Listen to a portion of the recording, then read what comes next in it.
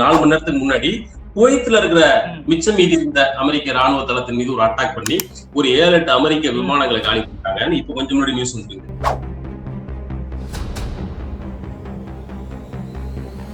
ஈரானுடைய வீரர்கள் எல்லாம் தரைப்படை தாக்குதலுக்கு எப்படி எல்லாம் ப்ரிப்பேர் ஆகுறாங்க அப்படின்னு வீடியோ ரிலீஸ் பண்ணிருக்காங்க. அவங்க நீங்க எப்படா வருவேன் உன்னை உள்ள விட்டு அடிக்கிறதாக காத்துட்டு இருக்கோம் அப்படின்றது போல 40 வருஷ தீராத பகையோட அவங்க வெயிட் பண்ணிட்டு இருக்காங்க. 1-2 நாள் இல்ல, 40 வருஷமா தரைவழி தாக்குதலுக்காக ஈரான் காத்துட்டு இருக்கு. அதனால அவங்க சீஸ்பயரை கோரவில்லை, அவங்க கேட்கல. அந்த போர் நிறுத்தத்தை இவர் தான் சொல்லிட்டு இருக்காப்ல. யாரு? ட்ரம்ப் தான் திரும்ப திரும்ப சொல்லிட்டு இருக்காப்ல. அவர் அறிவிக்கிறாரு போர் நிறுத்தம் 1 வாரத்துக்கு அப்படின்னு. ஈரான்காரன் நாங்க அதெல்லாம் கேட்கவே இல்லையே, நீ வா சண்டைக்கு வா அப்படின்னு கூப்பிட்டு இருக்காங்க அந்த நிமிஷம் வரைக்கும். இப்ப பஹ்ரைனோட அரசு இருக்கு இல்லையா, அந்த அரசு அமெரிக்கா ஆதரவு அரசா இருக்குது. ஆனா பஹ்ரைன்ல இருக்கிற மெஜாரிட்டி மக்கள் ஈரான் ஆதரவு நிலைப்பாட்டுல இருக்கிறாங்க. அதனால பஹ்ரைன் அரசு இந்த யுத்தத்துல எடுக்கிற நிலைப்பாடு சரியில்லை அப்படின்னு சொல்லி அங்க நிறைய போராட்டங்கள் நடந்து அந்த போராட்டத்துல ஒருவர் கொல்லப்பட்டிருக்கு. இது எந்த கட்டத்துக்கு எக்ஸ்டெண்ட் ஆகி போகுது அப்படின்னா, ஈரான் அப்பர் ஹேண்ட் எடுக்கும் பட்சத்தில் பஹ்ரைன் மறுபடியும் ஈரானின் ஆட்சி எல்லைக்குள் வந்துவிடும். பஹ்ரைன் ஒரு நாடு இருக்காது, அது ஈரானுக்குள்ள சேர்த்துக்கப்படும். அதை நோக்கி இது போயிடும். அமெரிக்கா இன்னைக்கு ஈரானுக்குள்ள போய் செய்யற அடாவடி எல்லாம் பார்க்கும்போது வடகொரியா அணு ஆயுதத்தை தொடர்ந்து தயாரிக்கும் அப்படின்ற ஒரு நிலைப்பாடு எடுத்தது சரிதான். அவர் மிரட்டதான் அவரு சொல்றாரு. அப்படியெல்லாம் பயன்படுத்துறதெல்லாம் அவ்வளவு ஈஸி கிடையாது. அப்படி பயன்படுத்திட்டாரு அப்படின்னு வச்சுக்கலாம். பட் அந்த மிரட்டல் ரொம்ப தேவையான வச்சுக்கோங்களேன். அமெரிக்காவுக்கு இப்படி ஒரு ஆள் தேவை, மிரட்டி வைக்க ஊருக்குள்ள ஒருத்தர் வேணும் அப்படின்ற அடிப்படையில அவர் மிரட்டலாம் தேவைதான். இனிமே அமெரிக்காவோட வீழ்ச்சி அந்த நொடியில் முடிவாகுது. இந்த பகுதியில் இருக்க அத்தனை எண்ணெய் வளமும் ஸ்ட்ரெய்ட் ஆஃப் ஹார்முஸ் வழியா தான் போயாகணும். ஏன் கண்டிஷனுக்கு உட்பட்டு தான் நீங்க உங்க கப்பலை தூக்கிட்டு போக முடியும், நகர்த்தி கொண்டு போக முடியும் அப்படின்னா, ஈரானோட அடுத்த கண்டிஷன் என்ன தெரியுமா? இனிமே டாலர்ல நாங்க வர்த்தகம் பண்ண மாட்டோம், சைனாவோட யுவான்ல தான் வர்த்தகம் செய்வோம். இது அடுத்த கண்டிஷன்.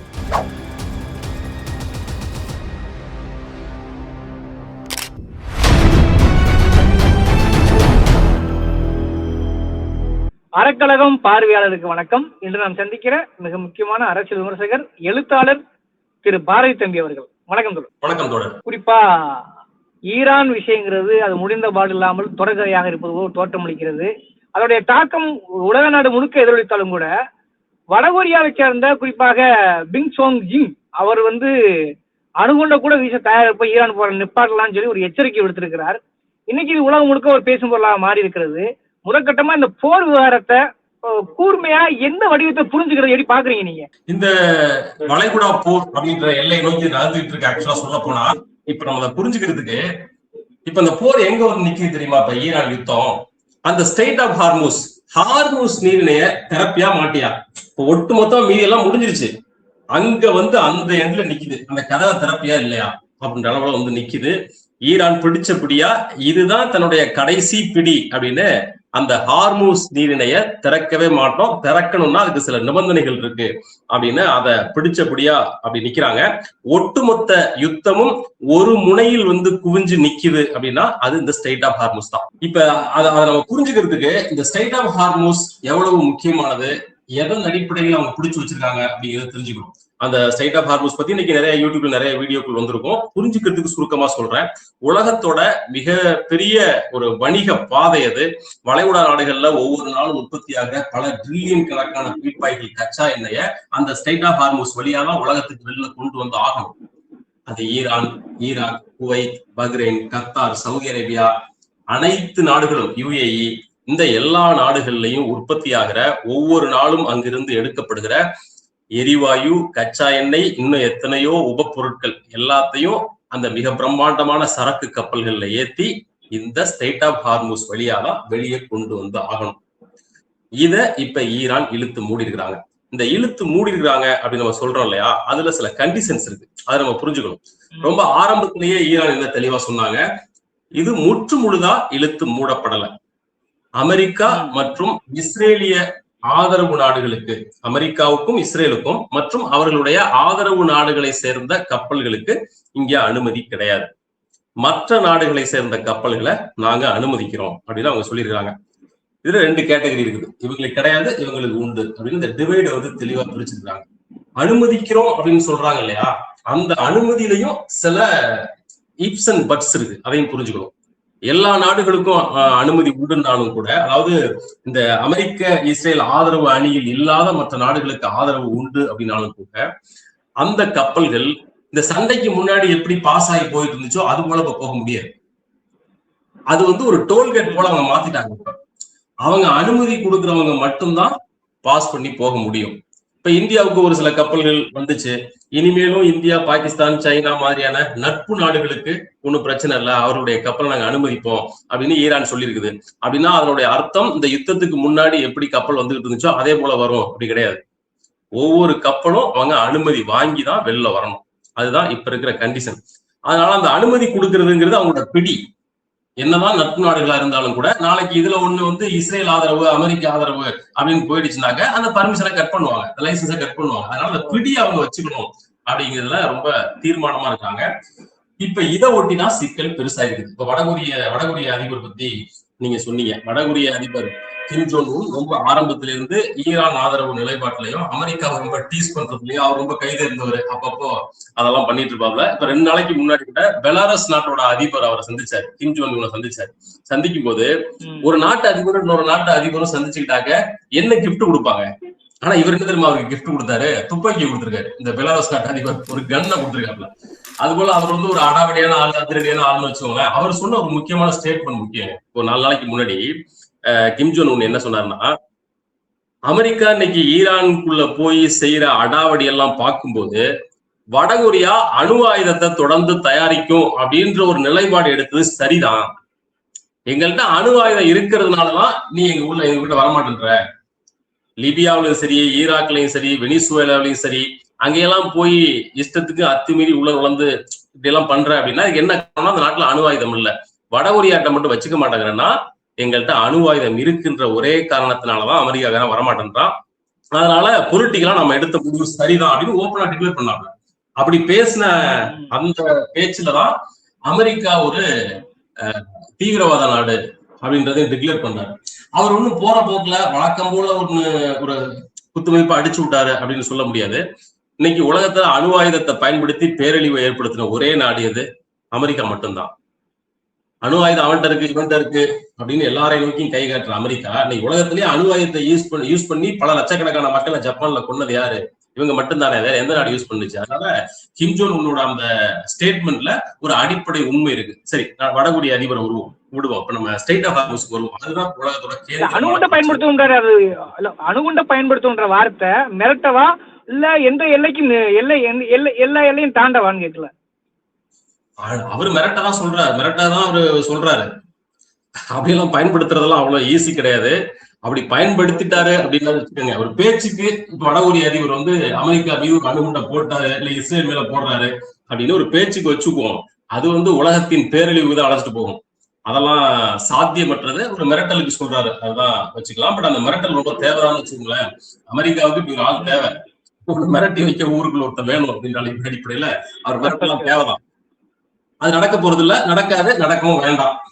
இது வேற ஒரு எல்லையில போய் முடிவடையணும், பேச்சுவார்த்தையில போய் முடிவடையணும் அப்படின்றதுதான் நம்முடைய விருப்பம்னு வச்சுக்கோங்களேன். சரி, இப்ப நம்ம ஸ்டேட் ஆஃப் ஹார்மஸ்க்கு வருவோம். அதுதான் ரொம்ப ரொம்ப முக்கியமா பிரச்சனை போயிட்டு இருக்குது. இப்ப என்ன நடந்துட்டு இருக்கு அப்படின்னா, அந்த வளைகுடா நாடுகள் இருக்கு இல்லையா, இந்த வளைகுடா நாடுகள் 2 பிரிவா பிரிஞ்சு நிக்கிறாங்க. நான் இப்ப உள்ள நிலைமையை சொல்றேன், இன்னைக்கு உள்ள நிலைமையை சொல்றேன். வளைகுடா நாடுகள் 2 பிரிவா பிரிஞ்சு நிக்கிறாங்க. ஒண்ணு ஐக்கிய அரபு அமீரகம், சவுதி அரேபியா, இவங்களோட பஹ்ரைன், இந்த 3 நாடுகளும் ஒரு அணி. இன்னொரு பக்கம் குவைத்து, கத்தார், ஓமன், இந்த 3 நாடுகளும் ஒரு அணி. இந்த குவைத்து, கத்தார், ஓமன் இந்த 3 நாடுகளும் இந்த யுத்தத்தை எப்படியாச்சும் முடிவுக்கு கொண்டு வரணும் அப்படிங்கிறதுல தீர்மானமா இருக்கிறாங்க. அதனால ஈரான் கிட்ட கொஞ்சம் விட்டு கொடுத்து போனாலும் பரவாயில்ல அப்படின்னு அவங்க நினைக்கிறாங்க. ஆனா சவுதி அரேபியாவும் ஐக்கிய அரபு அமீரகமும் பஹ்ரைனும் சேர்ந்துக்கிட்டு ஈரானுடைய மேலாதிக்கத்தை முடிவுக்கு கொண்டு வரணும், அமெரிக்கா தீவிரமா போர் புரியணும் அப்படின்னு சொல்லி அமெரிக்காவை தீவிரமான ஒரு சண்டைக்கு தூண்டி விடுகிற அணியில் இவங்க 3 பேர் இருக்கிறாங்க. முந்தா நாள் வால் ஸ்ட்ரீட் ஜேர்னல், அமெரிக்காவில இருந்து வெளிவருகிற முக்கியமான பத்திரிகை வால் ஸ்ட்ரீட் ஜேர்னல், அந்த பத்திரிகையில அமெரிக்காவுக்கான ஐக்கிய அரபு அமீரகத்தோட தூதர் அதுல ஒரு தலையங்கள் இருக்கிறார். அந்த தலையங்கத்துல ரொம்ப வெளிப்படையா அவர் என்ன சொல்றாரு, அமெரிக்கா ஒரு வாரத்துக்கு போர் நிறுத்தம் கேக்குது. இப்ப ட்ரம்ப் சொன்னார்ல, ஒரு வாரத்துக்கு போர் நிறுத்தம் சொன்னாரு. அறிவிச்சிருக்காரு. ஆமா, வாரம் அறிவிக்கிறாரு போர் நிறுத்தம் ஒரு வாரத்துக்கு அப்படின்னு. ஈரான்காரன் நாங்க அதெல்லாம் கேட்கவே இல்லையே, நீ வா சண்டைக்கு வா அப்படின்னு கூப்பிட்டு இருக்காங்க அந்த நிமிஷம் வரைக்கும். அவர் மட்டும் ஒரு வாரத்துல நின்று போர் நிறுத்தம் இப்ப கூட சொல்லியிருக்காரு. ஈரானுடைய எரிவாயு நிலையங்கள் மீது, எனர்ஜி செக்டர் மீது அடுத்த 10ஆம் தேதி வரைக்கும் நாங்க தாக்குதல் நடத்த மாட்டோம் அப்படின்னு அமெரிக்கா சொல்லுது. அதை ஈரான் கேட்கவே இல்லை. அவங்க நேத்து ஒரு வீடியோ ரிலீஸ் பண்ணிருக்காங்க. IRGC, அந்த இஸ்லாமிக் ரெவல்யூஷனரி காட் காப்ஸ், அவங்க ஒரு நேத்து ஒரு வீடியோ ரிலீஸ் பண்ணிருக்காங்க. என்ன சொல்லியிருக்காங்க, தரைப்படை தாக்குதலுக்கு நாங்க ரெடி அப்படின்னு. ஈரானுடைய வீரர்கள் எல்லாம் தரைப்படை தாக்குதலுக்கு எப்படி எல்லாம் ப்ரிப்பேர் ஆகுறாங்க அப்படின்னு ஒரு வீடியோ ரிலீஸ் பண்ணிருக்காங்க. அவங்க நீங்க எப்படா வருவேன், வா உன்னை உள்ள விட்டு அடிக்கிறதுக்காக காத்துட்டு இருக்கோம் அப்படின்றது போல 40 வருஷம் தீராத பகையோட அவங்க வெயிட் பண்ணிட்டு இருக்காங்க. 1-2 நாள் இல்ல, 40 வருஷமா இப்ப தரைவழி தாக்குதலுக்காக ஈரான் காத்துட்டு இருக்கு. அதனால அவங்க சீஸ்பயரை கோரவில்லை, அவங்க கேட்கல. அந்த போர் நிறுத்தத்தை இவர் தான் சொல்லிட்டு இருக்காப்ல, யாரு, ட்ரம்ப் தான் திரும்ப திரும்ப சொல்லிட்டு இருக்காப்ல. இந்த போர் நிறுத்தம் இருக்கு இல்லையா, இப்போ ஈரான் வேண்டாம்னு சொல்றதுல ஒரு லாஜிக் இருக்கு. அவங்களுக்கு பழி வாங்கணுன்ற எண்ணம் இருக்கு. மாறா ஈரானால பாதிக்கப்படுகிற ஐக்கிய அரபு அமீரகத்தோட அமெரிக்க தூதர் சொல்றாரு, இந்த போர் நிறுத்தம்லாம் ஒரு வாரம் போர் நிறுத்தம் வேலைக்கு ஆகாது. மாறா அமெரிக்கா என்ன பண்ணணும்னா ஒட்டுமொத்தமா ஈரானை ஒழிச்சுக்கிட்டணும். அந்த பிராந்தியத்தை ஆதிக்கம் செய்யற நிலைமையில ஈரான் இருக்குது, அதை ஒழிச்சு கட்டணும் அப்படின்னு அவர் எழுதியிருக்காப்ல. ரொம்ப டீட்டெயிலா நிறைய விவரங்கள் கொடுத்திருக்கிறாரு. அதோட ஒரு பகுதியா தரைப்படை தாக்குதலுக்கு அமெரிக்கா ஈரானுக்குள்ள வரணும், அதுக்கு ஐக்கிய அரபு அமீரகம் சப்போர்ட் பண்ணும் அப்படின்னு சொல்லியிருக்காரு. அப்புறம் சவுதி அரேபியா அவர்களுடைய வான் பரப்பை திறந்து விடும், அவர்களுடைய புதிய ஒரு விமான நிலையத்தை திறந்து விடுவாங்க அப்படின்னு எழுதியிருக்காங்க. இதெல்லாம் ரொம்ப டீட்டெயில் விரிவா கொடுத்திருக்காங்க அப்படின்னு வச்சுக்கோங்களேன்.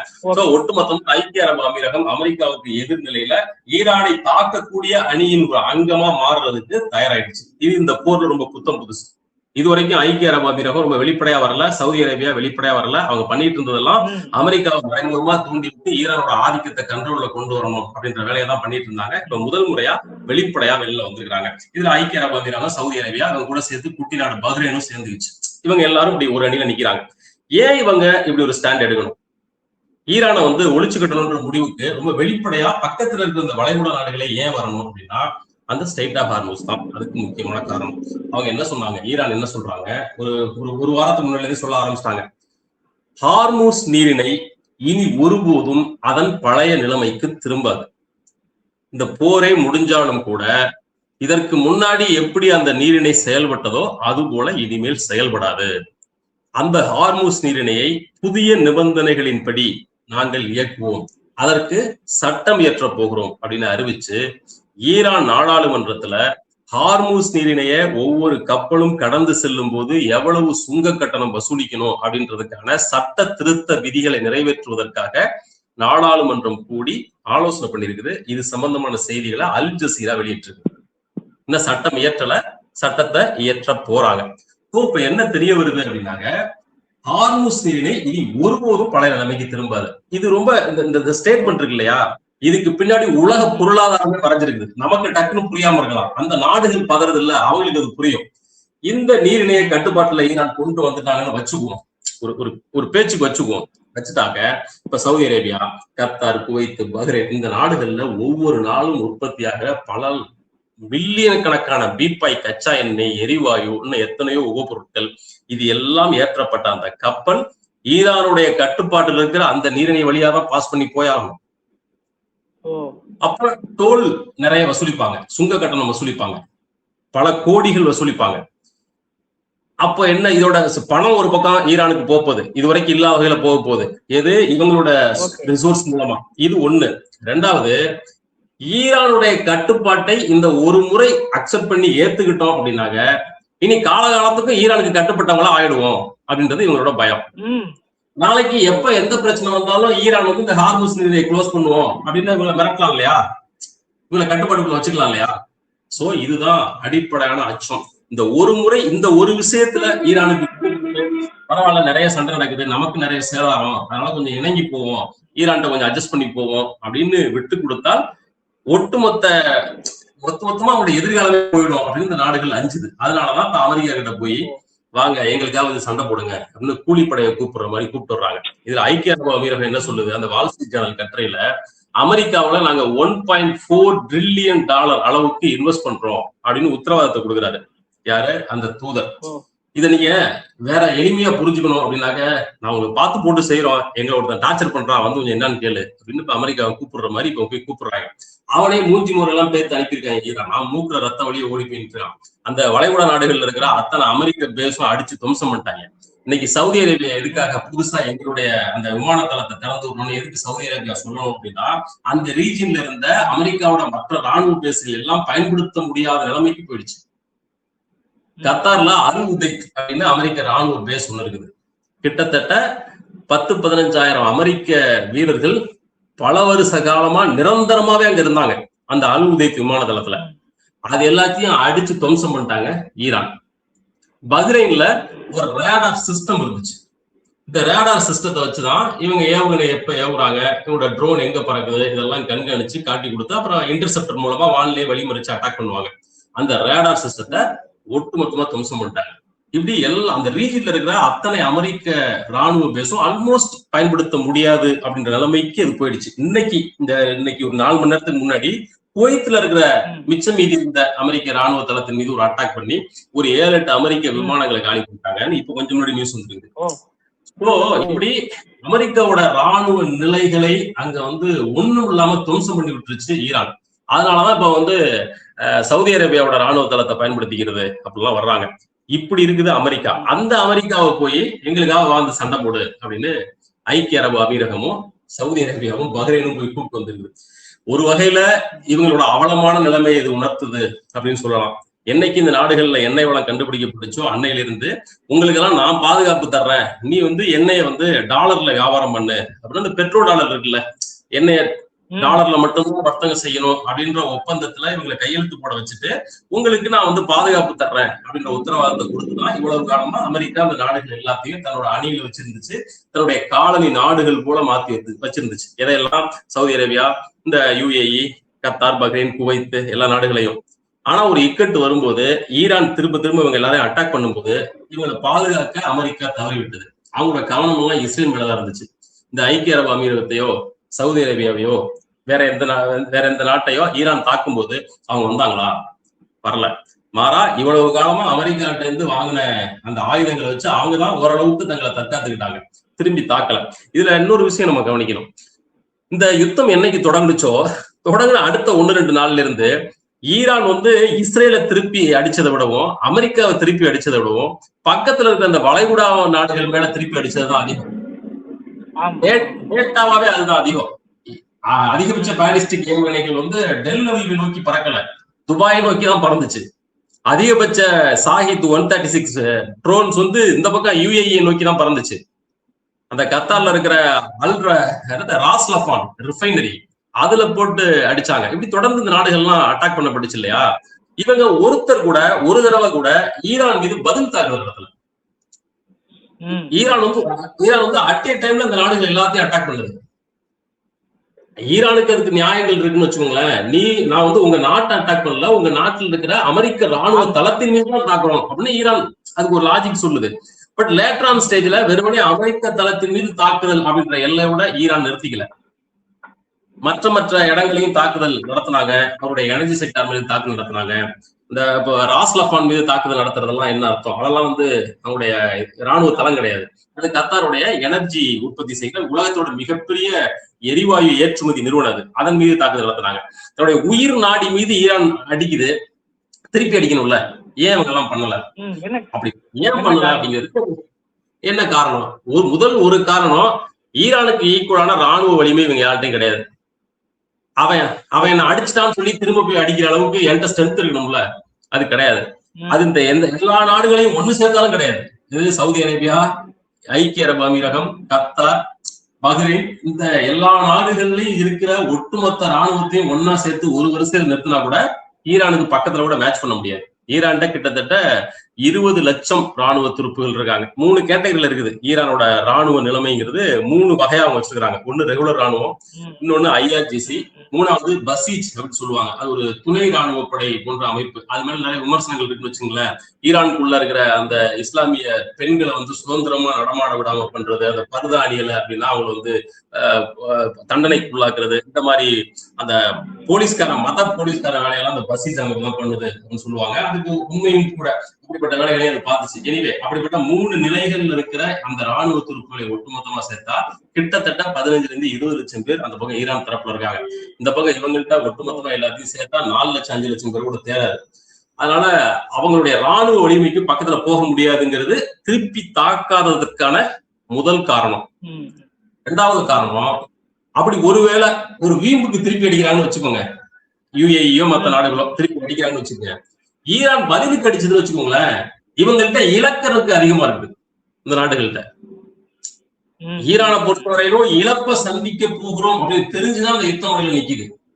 இவங்க எல்லாம் சொகுசில் ஊறி திளைச்சவங்க. இந்த நாடுகள் எல்லாம் அமெரிக்கன் டாடியோட சப்போர்ட் இருக்குன்ற நம்பிக்கையில இவ்வளவு காலமா ஆட்டம் போட்டவங்க.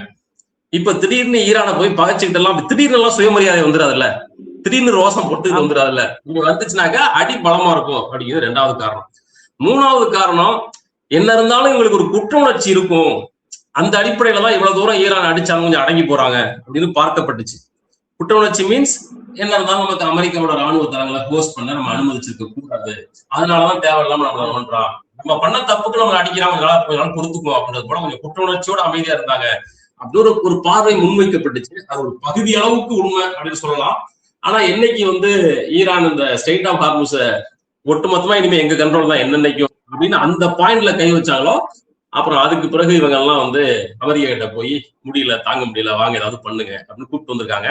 அநேகமா இது ஒரு தரைவழி தாக்குதலை நோக்கி போறதுக்கான வாய்ப்பு அதிகமா இருக்குது. தரைவழி தாக்குதல் சொல்லுங்க தரைவழி தாக்குதல் சொல்லுங்க ஞாபகத்துக்கு வருது. இப்ப நீங்க அவங்க வெளியிட்ட வீடியோக்குள்ள கூட பயமுறுத்தல்ல, நேரடியாக தாக்குதல்னு சொல்லி நம்ம அந்த அறிகுறியில பார்க்க முடியுது. ஆனாலும் கூட அமெரிக்கா 10 நாள் இப்ப போரை தற்காலிகம் நிறுத்தி வைக்கிறோம், மிக முக்கியமான அந்த எண்ணெய் வளங்கள் மீது அந்த தாக்குதல் நடத்தலாம் சொல்லியிருக்கிறது. குறைஞ்சபட்சம் இந்த போர் கால அந்த பதட்டத்தை தணிக்கவா, அல்லது அது ஒரு ட்ரிக் தானா? இது ஈரான் ஏன் திரும்ப திரும்ப கேட்க மாட்டோம்ன்றாங்க? ஏன்னா கடந்த கால அனுபவம் அப்படி. அவங்க சீஸ்ஃபயர் வேணும், 1 வாரம் 10 நாள் போர் நிறுத்தம் வேணும் அப்படின்னு சொல்லிட்டு அந்த பக்கம் ஆயுதங்களை கொண்டு குவிப்பாங்க. ஈரானோட எல்லையில கொண்டு ஆயுதங்களையும் வீரர்களையும் கொண்டு சேர்க்கறதுக்கு வாங்குற ஒரு டைம் பையிங். அது உலகம் முழுக்க எந்த 2 நாடுகளுக்கு இடையில யுத்தம் நடந்தாலும் இந்த சீஸ்ஃபயர் அப்படின்னு எவனாச்சும் அறிவிக்கிறானாக்க மறுதரப்பு ஆயுதங்களை கொண்டு குவிக்கிறதுக்கான டைமா எடுத்துக்குவாங்க. இது எல்லா நாடுகளும் நடக்கிறது தான். அது ஈரானுக்கு ரொம்ப நல்லா தெரியும். அதனாலதான் அவங்க சீஸ்ஃபயர் எல்லாம் ரிஜெக்ட் பண்றாங்க, அதை நாங்க ஏத்துக்கல, அக்செப்ட் பண்ணிக்கல அப்படின்றாங்க. இப்படிப்பட்ட குறுக்கு வேலைகள்லாம் அமெரிக்கா தொடர்ந்து ஈடுபடும், இஸ்ரேல் தொடர்ந்து ஈடுபடும். கடந்த கால அனுபவம் அப்படிங்கிறது அதுதான். அப்புறம் இப்ப நடந்துகிட்டு இருக்க இஷ்யூல ரொம்ப முக்கியமான இன்னொரு டெவலப்மெண்ட் என்ன நடந்திருக்கு அப்படின்னு பார்த்தோம்னா, நம்ம ஆரம்பத்திலே பார்த்தோம், இந்த 3 நாடுகளா பிரிஞ்சு நிக்கிறாங்க அப்படின்னு. சவுதி அரேபியா, UAE அண்ட் இவங்க பக்கம் பஹ்ரைன், குவைத், கத்தார், ஓமான், அது 2, அந்த பக்கம் 3 அப்படின்னு. இதுல இந்த பஹ்ரைன் இருக்குல்ல, அந்த பஹ்ரைன்ல இப்ப 3 நாளா ரொம்ப தீவிரமான ஒரு உள்நாட்டு கலவரம் போல ஒண்ணு வெடிச்சு போயிட்டு இருக்குது. இது அதிகம் இந்திய மீடியாக்கள்ல காட்டல, இணையத்துல ஏகப்பட்ட வீடியோ வரல, நீங்க நெட்ல தேடி பாத்தீங்கன்னா வரும். பஹ்ரைன்ல மிக மோசமான ஒரு உள்நாட்டு கலவரம் இப்ப நடந்துட்டு இருக்கு. அதுக்கு அடிப்படை காரணம் என்ன அப்படின்னாக்க, பஹ்ரைன் அப்படிங்கிற ஒரு ஏரியாவே 1960-70 வாக்குல ஈரான் தேர்ந்து பிரிச்சு உருவாக்கப்பட்ட ஒரு இடம் தான். அது ஈரானோட பூர்வீக நிலப்பரப்பு தான் பஹ்ரைன். ஈரான்ல இருந்து பிரிச்சு உருவாக்கப்பட்டதுதான். அது பிரிட்டிஷ் காலத்துல பண்ணாங்க. ஈரான்ல மெஜாரிட்டி இருக்கிறது சியா முஸ்லிம் தான். இப்ப ஈரான் முழுக்க பஹ்ரைன்ல மெஜாரிட்டி இருக்கிறது சியா முஸ்லிம் தான். ஈரான்லயும் மெஜாரிட்டி சியா முஸ்லிம் தான். அங்க இப்ப சுத்தி இருக்கிற மத்த எல்லா வளைகுடா நாடுகள்லயும் சன்னி முஸ்லிம் தான் மெஜாரிட்டியா இருக்கிறாங்க.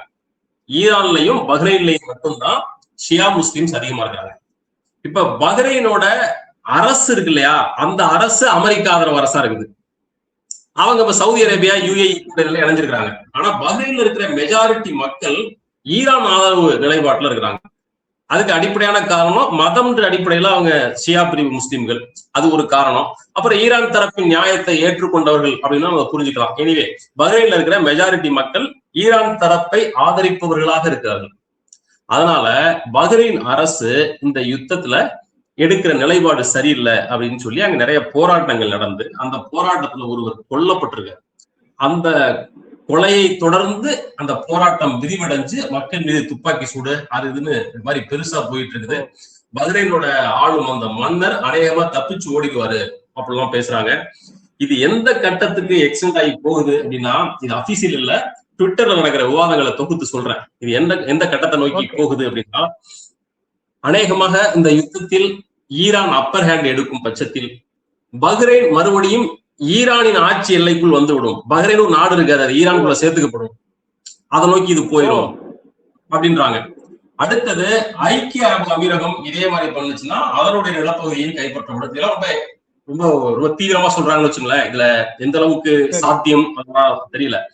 அந்த எல்லையை நோக்கி தீவிரமான விவாதமா இது போயிட்டு இருக்கு. இஸ்ரேல் இந்த யுத்தத்தை மிக தொடக்கத்திலிருந்து ஒரு வளைகுடா யுத்தமாக மாற்றிவிட வேண்டும் அப்படின்னு தொடர்ந்து முயற்சி பண்ணிட்டே இருந்துச்சு. அது இஸ்ரேலோட குணம் அப்படின்னு வச்சுக்கோங்க. நேரடியா புகுந்து அட்டாக் பண்ணணும், முடியலனாக்கா அவங்களுக்குள்ள சண்டையை முடிக்கணும்னா அவங்க அடிச்சு கிடப்பாங்க. இது காலகாலம் அவங்க பண்றது. அதை சக்சஸ்ஃபுல்லா அவங்க பண்ண ஆரம்பிச்சுட்டாங்க அப்படின்றதுக்கான அறிகுறி தான் வளைகுடா நாடுகள் 2 பிரிவுகளாக பிரிந்து நிற்க ஆரம்பிக்கின்றன. இந்த யுத்தத்துல கடைசியில யார் கை ஓங்க போகிறது, யார் கை வீழப் போகிறது அப்படின்ற அந்த முடிவு உலகத்தின் போக்கையே என்றென்றைக்குமாக மாற்றக்கூடிய வல்லமை படைத்தது. ஸ்ட்ரெய்ட் ஆஃப் ஹார்மூஸ் ஈரானின் பிடிக்குள் இருக்க போகிறதா அப்படின்னா, ஈரானோட கை மேலோங்கி ஈரான் சொல்ற நிபந்தனைகளுக்கு உட்பட்டு தான் இனிமே அந்த ஸ்ட்ரெய்ட் ஆஃப் ஹார்மூஸை இயக்க முடியும் அப்படிங்கிறத உறுதிப்படுத்திட்டாங்க அப்படின்னா, இனிமே அமெரிக்காவோட வீழ்ச்சி அந்த நொடியில் முடிவாகுதுன்னு அர்த்தம். இந்த பகுதியில் இருக்க அத்தனை எண்ணெய் வளமும் ஸ்ட்ரெய்ட் ஆஃப் ஹார்மூஸ் வழியா தான் போயாகணும். ஏன் கண்டிஷனுக்கு உட்பட்டு தான் நீ உங்க கப்பலை தூக்கிட்டு போக முடியும், நகர்த்தி கொண்டு போக முடியும் அப்படின்னா, ஈரானோட அடுத்த கண்டிஷன் என்ன தெரியுமா? இனிமே டாலர்ல நாங்க வர்த்தகம் பண்ண மாட்டோம், சைனாவோட யுவான்ல தான் வர்த்தகம் செய்வோம் அப்படின்னு அடுத்த கண்டிஷன். அமெரிக்காவோட நம்பர் 1 அந்த பிடி அப்படிங்கிறது டாலர் அடிப்படையா மட்டும் வச்சுதான் இருந்துட்டு இருக்கு. ஈரானோட நிபந்தனை உறுதியாகும் பட்சத்தில் அமெரிக்காவோட வீழ்ச்சி அந்த நொடியில் எழுதப்படுதுன்னு அர்த்தம். அமெரிக்கா வீழுது அப்படின்னா மத்திய கிழக்கில் இருக்கிற அவங்களுடைய கையாளா இருக்கிற அந்த சவுதி அரேபியா, ஐக்கிய அரபு அமீரகம், இந்த நாடுகளோட வீழ்ச்சி அதோட சேர்ந்து பதவியில போகுது அப்படின்னு அர்த்தம். அதனுடைய அர்த்தம் என்ன? நம்ம வீட்டு அடுப்புங்கிற வரைக்கும் எதிரொலிக்கும். நம்ம ஊர்ல இருக்க பல லட்சக்கணக்கான பேர் ஐக்கிய அரபு அமீரகத்துல வேலை பார்க்கறாங்க, வளைகுடா நாடுகள்ல வேலை பார்க்கறாங்க. அதனால அதனுடைய இந்த பொருளாதார எழுச்சி இருக்கு இல்லையா, அது எல்லாம் இந்த யுத்தத்தின் முடிவில் ஸ்ட்ரெய்ட் ஆஃப் ஹார்மூஸ் அது அதோட பிடி யார் கையில் இருக்க போகுது அப்படிங்கிற முடிவில் தான் தீர்மானிக்கப்பட போகுது. அதனால உலகத்தோட அந்த வேர்ல்டு ஆர்டர்னு சொல்லுவாங்க, அந்த வேர்ல்டு ஆர்டரை மாற்றி அமைக்கக்கூடிய வல்லமை அந்த ஒரு கேட்டுக்கு இருக்கு. எந்த கேட்டு? இந்த ஸ்ட்ரெய்ட் ஆஃப் ஹார்மூஸோட கேட்டுக்கு இருக்கு. அந்த கேட்டோட கைப்பிடிய ஈரான் பிடிச்சு வச்சிருக்குது. எல்லா நாடுகளும் சேர்ந்து அந்த பிடியை தளர்த்த பாக்குது. தளர்த்த போகிறார்களா, ஈரான் வெற்றி பெற போகிறதா அப்படின்றதுல இந்த உலகத்தின் முடிவு இருக்கிறது. ஓகே, இது ஒரு ஈரான் அமெரிக்கா இஸ்ரேல் போர் அல்ல, இது உலகம் முழுக்க ஒரு வலைப்பின்னலாக ஒரு இடியாப்ப சிக்கலாக உருவாக்கி கொண்டிருக்கிறது என்பது தெல்ல தெளிவா தெரியுது உங்களுடைய பார்வையிலிருந்து. உங்கள் பார்வையை அப்படியே உலக மக்கள் பார்வைக்கு விட்டுவிடுகிறேன். இந்த விவாத சூழல் அறக்களது நேரம் ஒதுக்க மாட்டேங்குது. நன்றி தோழர்.